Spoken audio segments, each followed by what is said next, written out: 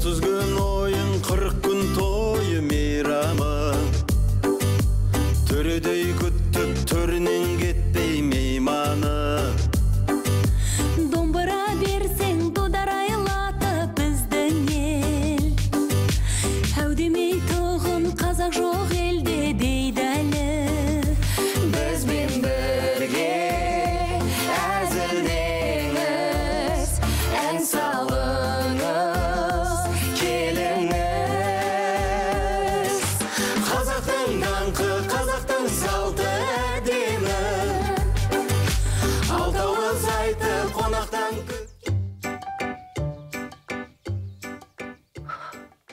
Aman Safa. Şükür Allah'a. Aman eseniz қалайсыз? Қалдарыңыз қалай? Аман есен жүріп жатсыз? Өзің қалай? Үйшің аман? Жақсы. Денсаулықтың арқасы, осының барлығы. Айналайын-ау, менің жасымдағы адамға көп қимылдау керек. Со бақшамды айналдырып жүрмей тұр, баптап осыны. Денсаулықтың тірегі ғой қимылдың. Аяғыңыз аттап жүргенде, баратын жерге барып, келетін жерге келіп жүрген дос қой. Ана жыпар келін айтпақшы. Шақырған жерден қалмаймыз, баратын жерге барамыз, Құдайға шүкір. Ақырын аттап, анық басып жүріп жатырмыз.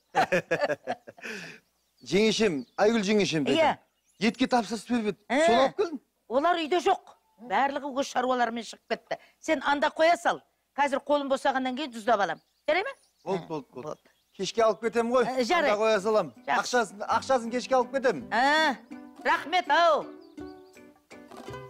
Анда қой дейді, анда дегені үйдің ішінде ма, мұнда ма? Үйде ешкім жоқ, ұят шығар. Осында қоя салайын. Қазақтың даңқы, қазақтың салты әдемі. Шайдан ал шүк. Мына шайың дәмдеген. Ой, осыны өзім түбінен кесіп сатып жіберем-ау деймін. Ассаламағалейкум жеке. Уағалейкум ассалам. Амансың ба, саудагер қайным-ау, кел шай. Асығыспын. Ой? Сәрсенбайдың үйінде бет ашар. Сонда барым керек. Басталып кетті ма, тапа-тал түсті? Жарайттым, болмаса жеңешеңнің тәтті шайынан ауыстайын. Қайдан жүрсің? Кешегі ақшаны алып кетуге кебем. Қайдағы ақша? Білмеймін, қайдағы ақша. Кеше етке тапсырыс бердіңіз ғой? Соның ақшасы? Жоқ, енді тапсырыс бердік қой, енді етін қайда көрген жоқпыз ғой. Ол қандай ет? Кеше таңертең үйге келіп есікті қақсам, ешкім ашпады. Бақшада Айбаш әжем жүр екен. Қаптағы етті қайда қойын деп ем, анда қоя сал деді. Асығыс болған соң қойдым да кетіп қалдым. Қызық екен. Мен ешқандай да қапты да, етті де көрген жоқ. Құдайға. Ой, жеңеше ет жоқ емес. Алып келдің ғой таңертең. Жүке, бір нәрсе десеңші. Сенбесеңіз, әжемнен сұраңыз. О несі? Мына бір ыңғайсыз жағдай болды. Шынымен ет жоқ болса, қайдағы ақша? Соны айтам. Қайдағы ақшасыңыз, жүке? Етке тапсырыс бердіңіз. Жоқ, бердік қой енді. Етті алып келдім. Ет жоқ, ақша жоқ. Сонда еттің ақшасын мен төлейін бе? Көпірбай, сен шын айтып тұрсың ба, әлде қалжыңдап тұрсың ба? Қалжыңыныз, жеңеше, өлләқи. Сізге өтірік айтпаймын ғой, басқа. Қызы? Сонда ол ет қайда кетеді? Жер жұтып кете ме? Соны айтамын, ол қызық болды ба? О, тоба. Көпірбай, сен уайымдама. Сабыр қыл. Мүмкін әйгерім болмаса, Марат білетін шығар қайда тұрған. Ақшаңды да берерміз, етті де табармыз. Сабыр қыл. Жарай ма? Болды, бәсе, сөйтсеңші. Көңілім орнына түсті. Тағы да бір кесе қойыңшы. Тойға сұқтыр едің ғой. Ойбай, ақша жоқ дегенге зәрем қалмады ғой. Бет ашарға. Бет ашарға ақшасыз айтып барасың.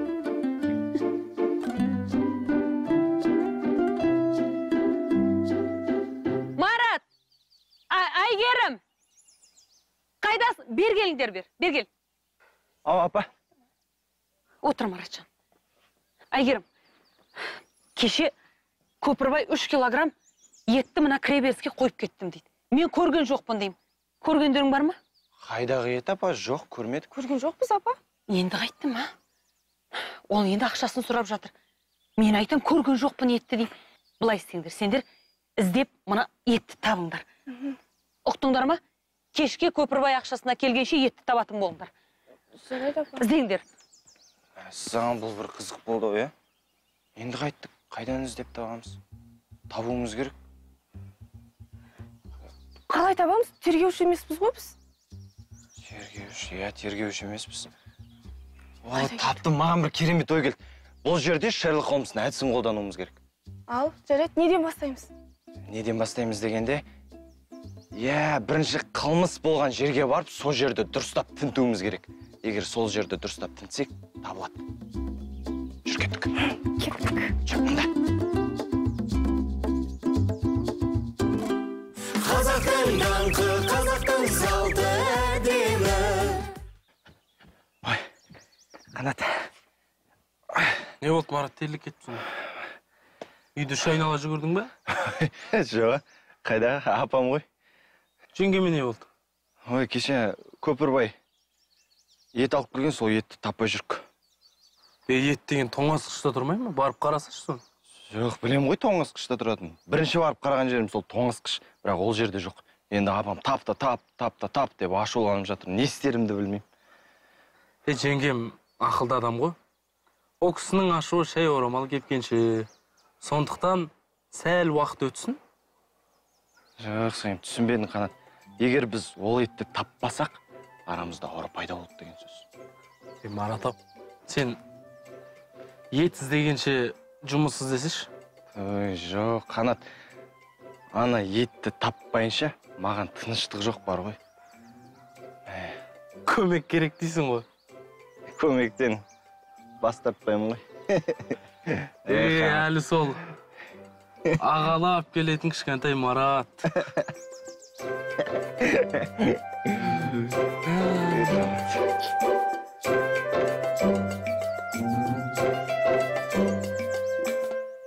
Әже? Ау, Әже деймін. айта бер, Мен сізді қатты жақсы көрем ғой. Айта бер, не керек? Біз сізді бәріміз сондай қатты жақсы көреміз, әже. Ой, жарайды. Бірақ дегенмен сіз кеше таңертең 8 бен 10-ның арасында қайда болдыңыз? Таңертең 8 бен 10-ның арасында мен үйде болдым, басқа қайда болушым. Үйде болдым. Оны бізге кім дәлелдеп бере алады? Кеше Көпірбай аға сізге ет берген. Соны қайда қойдыңыз? Біз бәріміз таппай жүрміз ғой. Қайдағы ет? Кеше біз жоқ кезде Көпірбай аға ет алып келіпті ғой. Алып келді. Анда қоя сал дегем. Қайда анда? Одан кейін өзімді ұмытып кетіппін ау, ол етті ойбай. Анда деген қайда? Анда дегеніміз анда. Жоқ, әже, бізге дәлірек айтсаңыз. Анда дегеніміз қайда? Сен тіпті мені тергеуші сияқты тергеп тұрсың ғой. Анда дегенім сонда.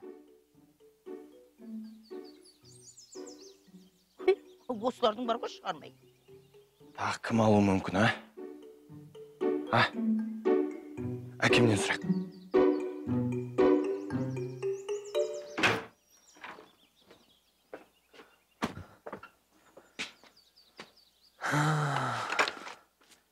Ет мына жерде тұрса?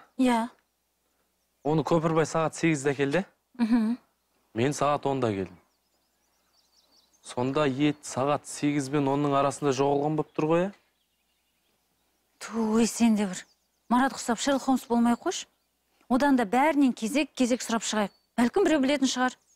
Жарайды.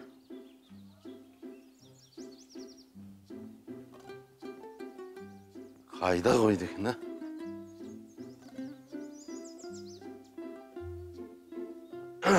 Көке, жағдайыңыз қалай, бәрі жақсы ма? Қайдан жақсы болсын? Бір айырды іздеп жүретін. Кім алып кетті, Алған адам орнына қоймай ма? Көке? Мен сізден бірдеңе сұрайын деп Сіз достарыңызбен жиналып, өзеннің жағасына барып, қуырдақ жасайтын әдетіңіз бар еді ғой. Барам деп жоспарлап жүрген жоқсыз ба? Қайдан уақыт болсын оға? Демалыс күндері болмаса, жұмыс күндері қолдай тимейді. Мұна айырды кім алды? Көке, мен сізді бүгін таңертең сағат 8 бен 10-ның арасында қатты іздедім. Сіз қайда болдыңыз? Мені? Жай іздедіңдер ме?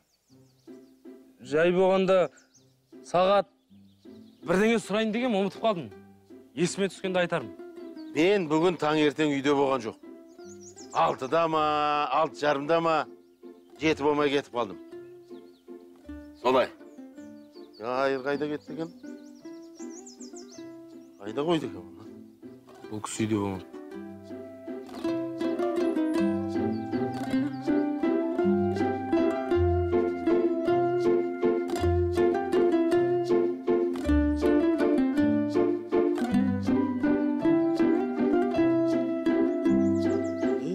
Бара жатыр кейінгілер. Мен шаршадым. Түсіп керем. Тергеушінің жұмысы өте ауыр екен. Енді түсініп отырмын. Қылмыскерді таппай әлек болып жүрміз. Не айғақ жоқ. Осы баяғының адамдар қылмыскерді қалай тапқан? Не полиция қызметкерлері болмаған, не сот жоқ. Ай, Маратжан, сен тыңдаш. Менің есіме бір оқиға түсіп отыр. Баяғыда біздің ауылда Оңғарбай деген бір кісі тұрған екен. Содан бір биені соғымға байлап, үйінде жаңағы арбаға жекпей, үстіне ешкімді отырғызбай, жем беріп, су беріп дегендей баптаған екен. Енді сойған кезде қазысы 3 өлі, не 4 өлі, бір табан болсын деп армандаған ғой. Содан бүгін ертең соям деп отырған кезде біреу жаңағы биені ұрлап кетеді ғой. Қорадан ұрлап кеткен бе?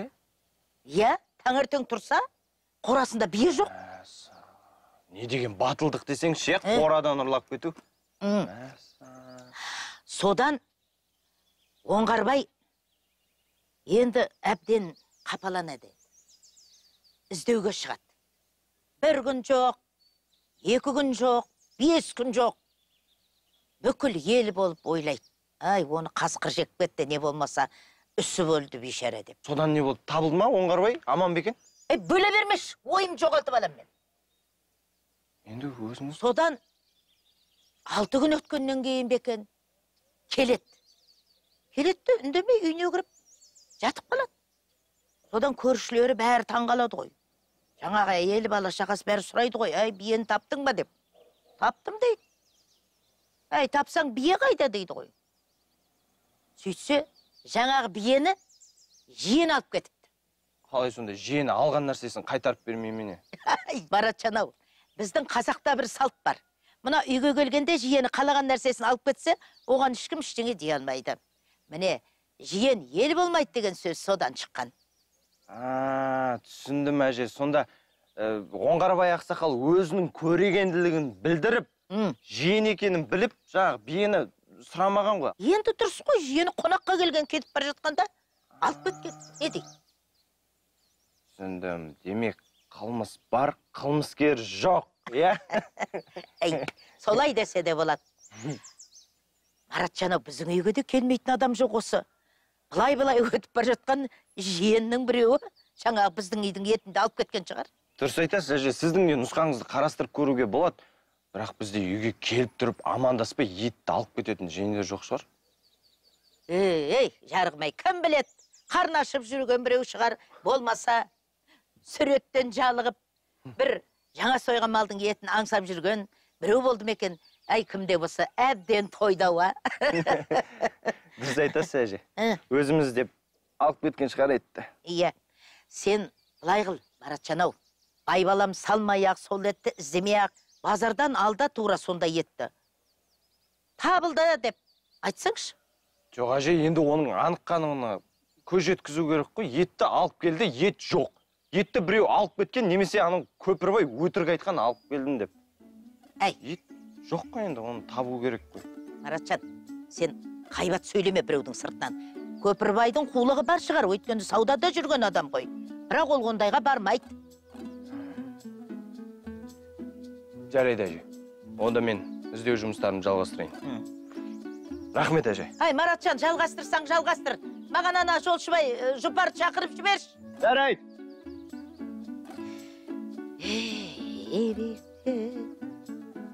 Бара жатыр. Қазақтың даңқы, қазақтың салты әдемі. үйге жетті алуы мүмкін деген тағы кім бар өзі, а? Күдікті адамдардың бәрін тергедік. Енді білмеймін. Бірақ кім көрінгеннің бәрін күдікті қыла берсек, ертең жақын адам қалмай қалады. Дұрыс айтасың. О, нағашыке, ассалаумағалейкум. Ассалаумағалейкум, Жиенжан, қалдарың қалай, алтындар ма? Аман есен. Аман есен. Құдайға шүкір. Өздеріңізді сағынып келіп қалдық. Шүкір, аман есен аға. Сіз осы елді көп аралайсыз ғой. Елімізде не жаңалық болып жатыр? Құдайға шүкір, еліміз аман, жұртымыз тыныш. Бұйырған кетпейді, қуалаған жетпейді. Еңбек жасап отқан жайымыз бар. Сіз осы дүниеге іңгәлап келіп, бесіктен еңбектеп түсіп, сөзбен емес, әнмен туған жансыз ғой. Осы ең алғашқы үлкен сахнада айтқан әніңіз есіңізде ме? Әрине, өнерді бала кезімнен аңсағаннан кейін ең бірінші сахнаға шыққан әнімді ұмытқаным ол енді қате болар. Әрине есімде. Аға, осы сіз қайырымдылық концертін өте көп бересіз, сол жайында айта кетсеңіз. Ол енді кішкентай кезіндегі бала арманым. Бір жылдың ішінде бүкіл қазақ елінде 125 тегін концерт берген екен. Халықтың ақшасын емес, батасын жинадым. Керемет аға. Батаменен ел көгереді дейсіз ғой. Батаның арқасында өздерім мен де бір жолы бардым. Аға, сіздің қоңыр даусыңызды сағындық. Бір әсем әніңізден орындап берсеңіз. Өздеріңдей алтын бауырларым сұраса ол маған үлкен абырой. Кеттік.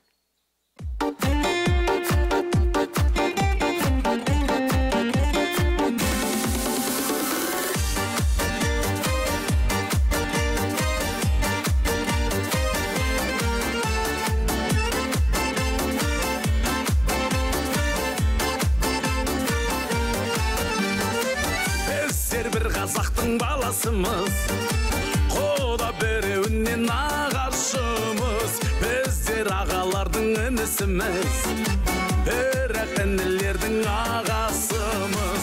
Орны бөлек маған әр бауырдың, мен де баласымын ауылдың. Мен ауылдың баласымын, әрбір күнін тойлатқан. Сен бауырсың, жанашырым, болсаң дағы қай жақтан. Мен ауылдың баласымын, бәрібір ел аймақтан. Саған жағатын, бауыр болатын, біреу келмейді ай жақтан. Көрген жігіттер көп тәрбиені, таза ұстайтын тек жан дүниені. Мен де бір ауылдың баласымын, тыңдап өскен ақыл әңгімені. Орны бөлек маған әр бауырдың, мен де баласымын ауылдың. Мен ауылдың баласымын, әрбір күнін тойлатқан. Сен бауырсың, жанашырым, болсаң дағы қай жақтан. Мен ауылдың баласымын, бәрібір ел аймақтан. Саған жағатын, бауыр болатын, біреу келмейді ай жақтан.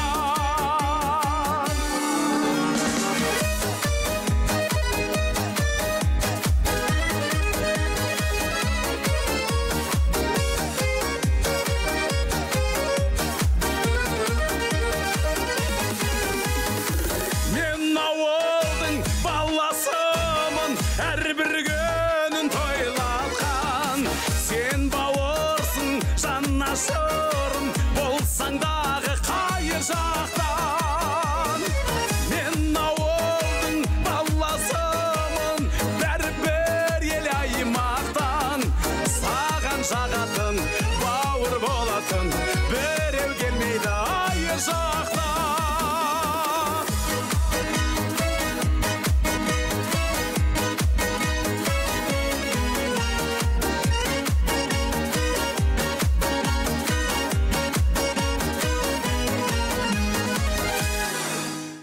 Қазақтың даңқы, қазақтың салты әдемі. Аға, өсіп арасында келіп көңілімізді көтеріп тұрсаңшы. көңіл көтерілмесе кір басады деген бар емес пе? Көңіл адамның өмірге деген ұмтылысы, талпынысы. Көңілге кір баспайды. Көңілдерің толық болса, өмірлерің де толық болады. Дұрыс айтасыз аға.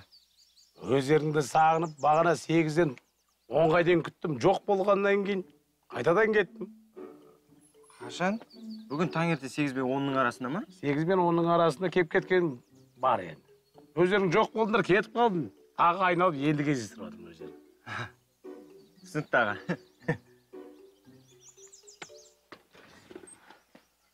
О, Жұпар тәте, қалыңыз қалай? Аманбысың? Дәріханадан келе жатырмын. Қазіргі заманда Құдай ауыртпасын. Дәрінің бағасы удай қымбат. Денсаулық зор байлық деген осы екен ғой. Ой, тәте, не болып қалды? Ауырып қалған адамға ұқсамайсыз ғой? Ауырғанда сол жаңа түсте ет асып жегенбіз. Содан ба білмеймін, ас қазаным ауырлап көтере алмай, барып дәрі алып іштім. Жесең түсіңе кереді, жемесең түсіңе кереді деген осы ғой деймін. Ет астын дейсіз бе? Ет астын. Бүгін? Бүгін түсте. Енді бір дәмдет болды. Сорпасын айтсаңшы. Аузымнан, таңдайымнан дәмі кетпей тұр. Айгүл үйде ме? Үйде. Жарайды, мен соған барайын. Рахмет.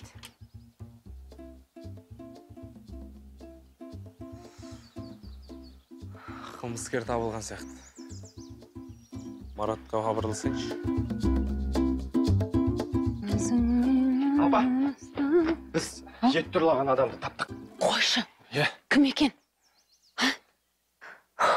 Апа, енді мен неден бастарымды білмей тұрмын. Жау алыстан келмейді дегендей. Жоқ, енді нақты сол кісі деп айтып тұрған жоқпыз. Бірақ Жұпар тәте бүгін түсте ет асыпты. Не дейді? Құдай-ай, Жұпар. Мүмкін емес Жұпар болуы. Ой, Құдай-ай, не ойлап кеттім. Жарайды, келінжан былай болсын. Саған үлкен жауапты тапсырма. Қандай тапсырма? Сен Жұпардың келінімен былай сырласың, мұңдасың, доссыңдар ғой. Сен жайлап, былай жұқалап, астарлап келінімен сөйлесіп сұрап көрші енді. Құдай, не айтып кеттім енді? Дұрыс айтасыз, апа. Әйгерімді Жұпар тәтенің үйіне шпион қылып жіберу керек. Тура анау кинодағы Штирлиц секілді. Шпион боласың күшті. Ой, Марат, қайдағы шпион? Қызық қой. Апа, мен қалай сұрайым? Не деп айтам, ыңғайсыз емес пе? Құралай, сендер біздің үйден ет алған жоқсыңдар ма деп сұрайым ба? Әрине ұят, әрине ыңғайсыз, дәл осылай төтеден сұрасаң. Сен былай жұқалап, астарлап, әңгіме барысында былай сөзіңнің тігісін жатқызып сұрап көрші. Жарай ма? Бол саған жауапты тапсырма. Ұқтың ба? Барыңдар. Шпион боласың. Жүр кеттік. Штирлиц сияқты. Күшті шпион.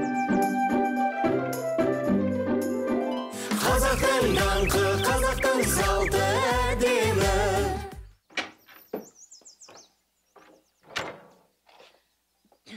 Құралай! Құралай! Ау! Қалайсың? Жақсы? Келші, әңгіме айтайық біраз отырып. Қазір келем.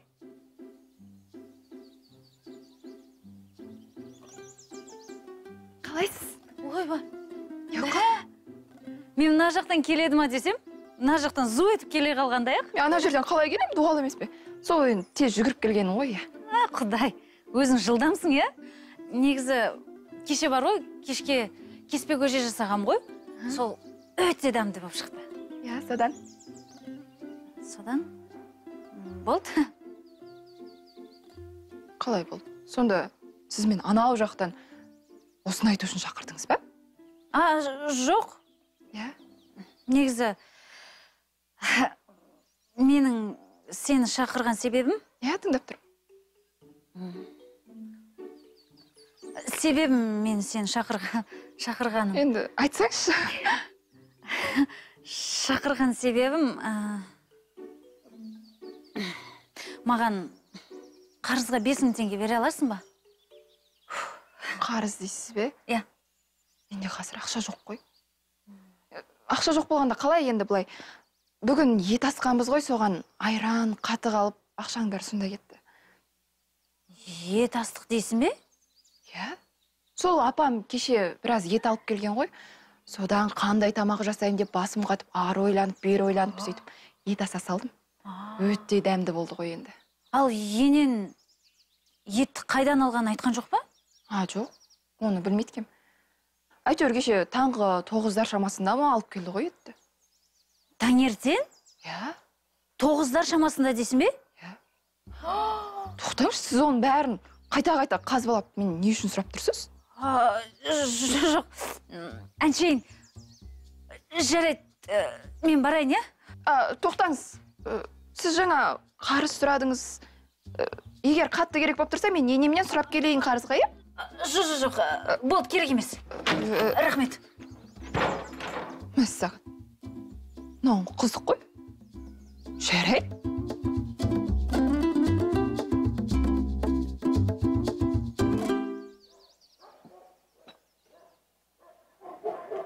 Жұпарда келе жатыр.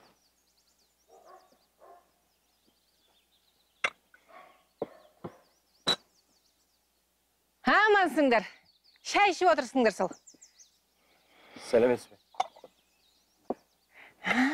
Амансың ба? Қалайсың әйел? Шаршадым бүгін құрсын. Көйлек тігіп жатырмын. Келесі айдан Сәкеннің баласының тойы ғой. Соған бір жаңа көйлек киіп барайын дегем. Масқара. Бұрынғы көйлектерімнің ешқайсы симай қалыпты. Соған қарағанда толып кеткем ғой деймін, ә? Қарашы Айгүл, а? Толып кетіппін кәдімгідей. Мына жерім салбырап. Ой, құрсын. Ай, мен сендерге айтпақшы анау. Нағашымның тойында құлап қалғанымды айтып едім. Мә, қызық болды ғой. Ортада билеп жатқам ешкімге қарамай осы. Бір кезде аяғым білмеймін, тайып кетті, шалқамнан түстім ғой. Ойбай. Ана жерде масқара болғанымай өмірі ұмытпайтын шығарым. Жұрт күліп жатыр. Ертеңіне денемді ала алмай қалдым ғой құрсын. Әй, сендерге не болған? Үндерің шықпай қалыпты ғой. Ха? Әлде жақтырмай отырсыңдар ма? Онда айтыңдар. Кетейін. Құдайға шүкір, баратын үйіміз бар. Мен бұларға адам сияқты толып кеткенім жайлы әңгіме айтып отырсам? Әрине толасың. Күнде ет жесең. Бар болған адам ет жейді. Жоқ болса несін жейді? Баяғыда бір ұры ұрланған қойдың етін иесіне асып беріп отырып, алыңыз. Ас иесімен тәтті деген екен. Әй, Айгүл, не айтып кеттің? Қайдағы ұры, қайдағы қой? Жұпар, өтірік ақымақ адам болмашы, өтіріктің арты бір тұтам деген бар, одан да шыныңды айта салсаңшы. Ойбай-ау, ай, не болып қалды? Өлтірсеңдердер, шындықты айтып өлтіріңдерші, айналайындар-ау. Ай, Марат, мына шешең нені меңзеп отыр? Түк түсінсем бермасын. Жұпар, етті асып жеп алдың. Енді отырсыңды қара, тымпиып, тойған қоздай. Қайда ет? Бағана түсте жеген етіңді айтам. Қайдан алдың? Қане айт. Қалай қайдан алдың? Інім беріп жіберді. Қыста соғым сойғанда келе алмадыңыз, сыбағаңыз деп беріп жіберді. Соны асып жедім.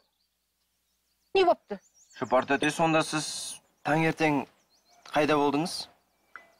Қалай қайда болдың? Таңертең базарға бардым.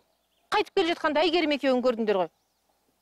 Әй, сендерге не болған, Мен сендерден қорқайын дедім. Ой, мен құрбымның үйі деп келіп отырмын ғой. Енді сендерден рұқсат сұрап, тамақ істеп ішетін болдық па? Қойыңдаршы. Сені де құрбы деп жүрген мен де ақымақ екем. Қош, енді сендердің үйлеріңе келсем ба? Қош. Қош. Маған да келмеңдер, мен де сендерге келмеймін. Бармайым. Ет дейді ғой. Кетсіздер. Қош!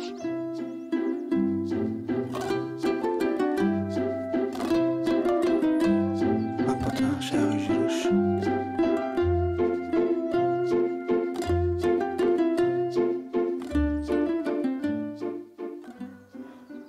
Марат, осы біз жақындарымызды бостан-босқа кінәлап ренжітіп алған жоқпыз ба? Мүмкін ол етті сырттан келген бөтен адам алып кеткен шығара? Мен онда Шерлок Холмсты былай қойып, атақты ізкесуші Эркюль Пуароның әдісін қолданам. Сен осы неге Джеймс Бондтың әдісін қолданбайсың, а? Я, ол да бар екен, ойлану керек оны.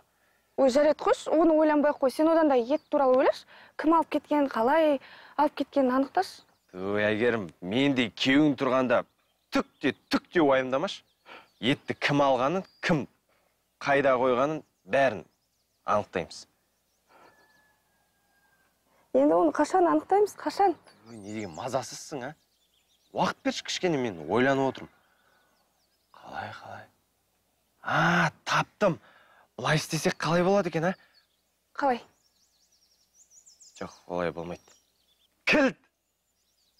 Қалай? Бәрі кілтте. Қара, біз қақпаны кілтпен жабамыз ғой, а?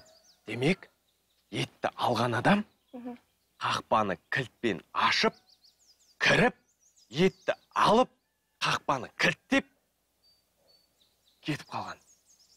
Яғни етті алып кетіп қалған. Демек, ол адамда кілт бар, немесе ол адам кілттің қайда тұрғанын біледі. Міне, көрдің ғой, логика. Нағыз Шерлок Холмстың әдісі деп осыны. Марат, логикаң бар болсын, сенің бар ғой. Біріншіден, біз күндіз қақпаны құлыптамаймыз. Екіншіден, біз қақпаны құлыптайтын болсақ, көпірбаяға кіріп, етті қалай қойып кетеді? Оның үстіне үйдегілердің бәрі кілттің есіктің бұрышында ілініп тұрғанын біледі. Жалпы былай айтқанда, Марат, сенен тынышы шықпайтын шығар. Шаршап кеттім. Қазақтың даңқы, қазақтың салты әдемі. Ассалаумағалейкем. Уағалейкем ассалам аға. Осы еттің ақшасын бересіңдер ме, жоқ па? Көпірбай аға. Ау. Сіз дәл уақытында келдіңіз. Еттің ақшасын алғыңыз келе ме? Я, әрине, оны неге сұрадым? Онда маған көмектесесіз. Сіздің көмегіңіз арқылы ұрлаған адам ұстаймыз. Мен не істеуім керек сонда? Шерлок Холмстың әдісін қолданамыз. Сіз тағы да 3 келі ет әкелуіңіз керек. Неге? Тағы да ақшасын бермей қойып жүрмейсіңдер ме? Ұрын ұстаймыз аға, ұрыны. Бір ұрлаған адам ұрлаған жеріне қайта оралады. Жарайды, келістік. Сонда мен не істеуім керек? Сіз өткен жолғыда есіктің алдына келіп етті қоясыз да кетесіз. Мен ауланың бұрышында тығылып отырып, ұрлаған адамды камераға түсіріп аламын. Я, мынауың жақсы әдіс екен. Негізі сен нағыз тыңшының өзісің. Жаңа дедің, Шерлок Холмстың нағыз өзісің сені. Жарайды, мен ертең таңертең етті алып келем. Кет. Бірақ Қанат, шартым бар. Ертең бір емес, 2 еттің ақшасын бересің. Түсінікті ме? Мен кеттім. Статистикаға сүйенсек, бір ұрлық жасаған адам қайта ұрлық жасайды. Көпірбайдың ертең ет әкелетін ешкім естімесе, мен көп ұтып қаламын. Сондықтан да бәрінің естігені дұрыс.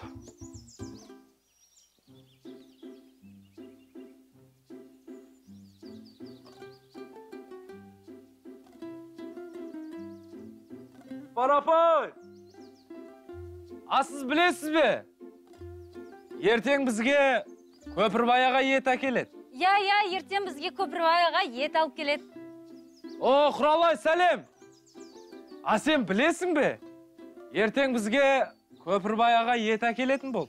Я, бізге ертең Көпірбаяға ет әкелетін бол. Я, Саят аға. Ертең, таңертең әкеледі. Әже, сүйінші! Ертең бізге Көпірбаяға ет әкеледі. Ой, Құдайым-ай, онда тұрған не бар? Соған да сүйіш сұрайын екен. Әже, мен үшін ол өте маңызды. Біз кеттік.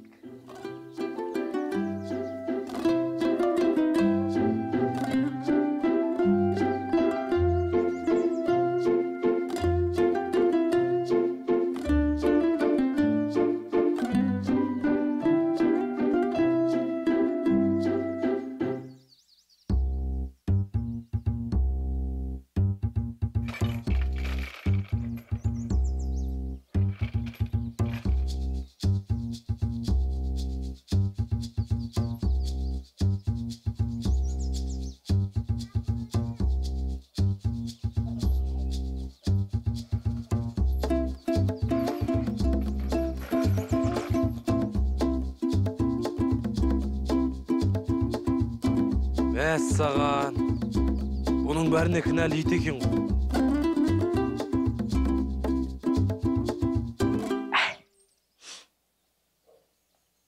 Сәлем бердік, әже. Амансыз ба? Ой, жаным, бақытты бол. Жопар қайда? Апам сіздерге кішкене ренжіп қалып еді, сосын орнына мен жіберді. Ай, жарығым-ай, жұпардың ренжігені жөн.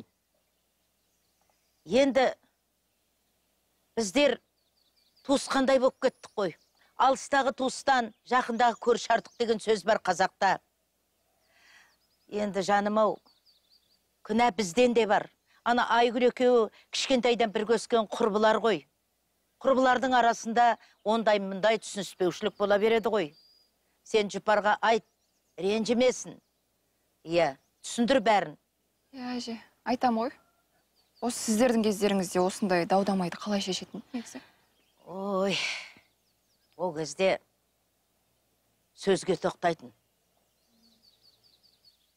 Әсіресе мына үлкендер айтса, жастар тыңдайтын. Ауыл ақсақалдары кикілжің мәселелердің бәрін шешіп отыратын. Болмаса жаңағы билер алқасы анық-қанығына жетіп, жазасын беретіннің жазасын беріп дегендей. Мен саған бір әңгіме айтып берейін, сен тыңда. Иә, құлағым сізде, әже, айта беріңіз. Баяғыда Сырым батыр Үргеніш ханмен барып, 100 керіс қылған екен. Үргеніш хан Үргеніштің шешенімен біздің Сырым батырды айтыстырған екен. Содан? Содан жаңағы Үргеніштің шешені Сырымнан сұрамай ма? Сөз анасы не? Су анасы не? Жол анасы не деп. Сонда Сырым батыр мүдірмей. Сөз анасы құлақ, су анасы бұлақ, жол анасы тұяқ деп жауап берген екен. Саған. Әрі қарай Үргеніштің шешені. Ал енді Сырым батыр мынаны айтшы деген екен. Дау мұраты не? Сауда мұраты не? Қыз мұраты не деп сұраған екен. Сонда біздің Сырым батыр дау мұраты біту, сауда мұраты ұту, қыз мұраты кету деп жауап берген екен. Әне, қайда жатыр мәселе. Әже, қараңызшы осы. Бұрынғылардың сөзге шешен болған осындай ғибратты әңгімелерден байқауға болады ғой, негізі. Жарығым-ай. Әже, олай болса мен бара берейін, иә? Апам ашулы еді, одан сайын ашуына тиіп алмаймын. Құралай жан, бара ғой. Апаңды ашуландырма. Менің айтқандарымның бәрлігін жеткізіп ашуын бас. Ренжімесін де. Ана Айгүлмен бар ғой, мен өзім сөйлесем. Жарайды, әже, бәрін айтам ғой. Білесіз ғой менің апамның ашу шай орамал кепкенше ғой. Қазір-ақ ұмытып кетеді бәрін. Жарайды, сау болыңыз, әже. Жақсы. Жолың болсын. Жұпар жан, жақсы ғой. Тұзы жеңіл. Сөзге ілігіп жүреді айтып жүрген жерінде. Шүкір, шүкір, көршілерім жақсы. Жақсы көршілерім, шүкір.